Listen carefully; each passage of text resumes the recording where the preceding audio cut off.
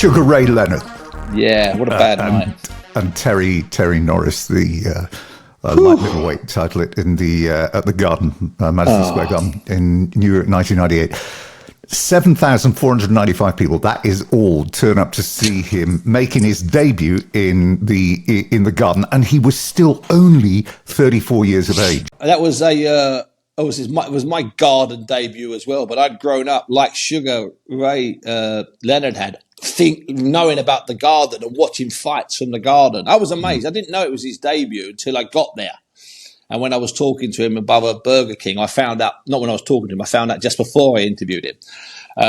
So I was stunned by that. And as you say, 34 years of age. But at that point, Tim, he'd lived a ridiculous life. He'd had a massive addiction to recreational drugs, and he'd got clean. He still had some great fights left, or one or two, half decent. But he had great fights in the previous few years. And Terry Norris was at that point arguably one of the top 3 fighters in the world. Terry Norris now in a very bad way. Ray Leonard just absolutely enjoying his lovely constant retirement. Hasn't aged in about 25 years since he got clean of all of the problems. But the night itself was, I still consider myself a kid back then. I was a whippersnapper of about 28 or something. And I was in the Garden, and there was, John Gotti at ringside with his white fur coat on, standing up and taking away. He's been introduced from the crowd. The man had only killed 11 people at that point. He couldn't send him to prison just yet. He had to reach the baker's dozen. And then a couple of rows from him, there was Mitch Green, the gang leader, famous American gang leader who'd fought Mike Tyson. He was topless on a chair. It was like November. And then I remembered going to a ridiculous boxing pub, which I write about later on, in a genuine boxing pub. And it was dreamlike. I mean, it was like a dream. I'll get back to where I'm staying at about 3 o'clock in the morning or 2:30 in the morning, and there's Martin Scorsese's Mean Streets on, and I'm just thinking, okay, that's it. I'm going to die in the next 10 minutes because I've done it now. I've been in the Garden. I've seen John Gotti. I've been to the greatest bar in New York. I've seen Terry Norris. I've seen Sugar Ray Leonard. Who cares? I'm watching Mean Streets. It's 2:30 in the morning. Bring it on. That's it. I'm finished. I'm happy with life. Who cares about being 30?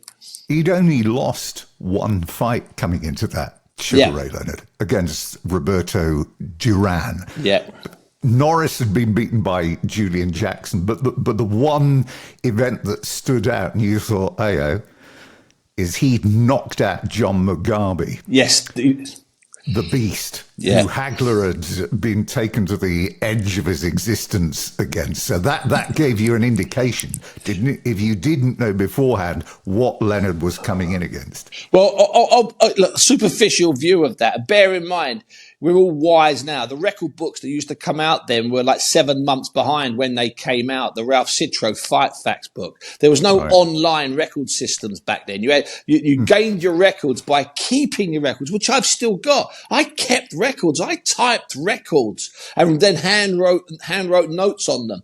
So I knew Terry Norris had a good history, and I knew he'd had a couple of good fights, and I knew that he'd beaten the Beast Mugabe. But Leonard was Leonard, lost to Duran. We didn't know about the cocaine and the drinking problems and the problems with his wife. We didn't know about those things then. It wasn't the way we did things. We didn't know. It's amazing how little we knew. We concentrated on the fight in fight week. But during fight week, and this is not me being an after-timer, I grew convinced that Terry Norris would win. So I did fairly well. I'd previewed it in a couple of Sunday papers saying that this is the return of Sugar Ray Leonard, don't worry. But by about the Tuesday or the Wednesday, I'd changed my mind. And I've lived with that all the time. I've not lived with that change of mind, but I've lived the same way since. I'll change my mind as long as I hold my hands up in time. And social media gives you that access to change my mind on the ring walk, during the ring walk. I have no problem.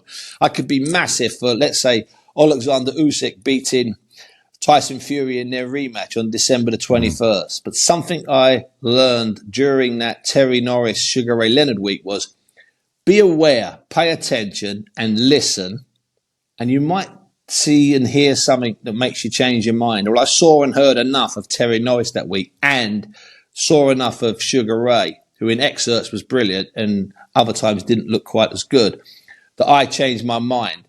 And so I still do that to this day. And I'll unashamedly do it. As long as you can say it at the top of the broadcast, say, listen, all week long I've been telling you on the pods, whilst I've been out here in Saudi, that Tyson Fury is going to win. Well, I've just changed my mind.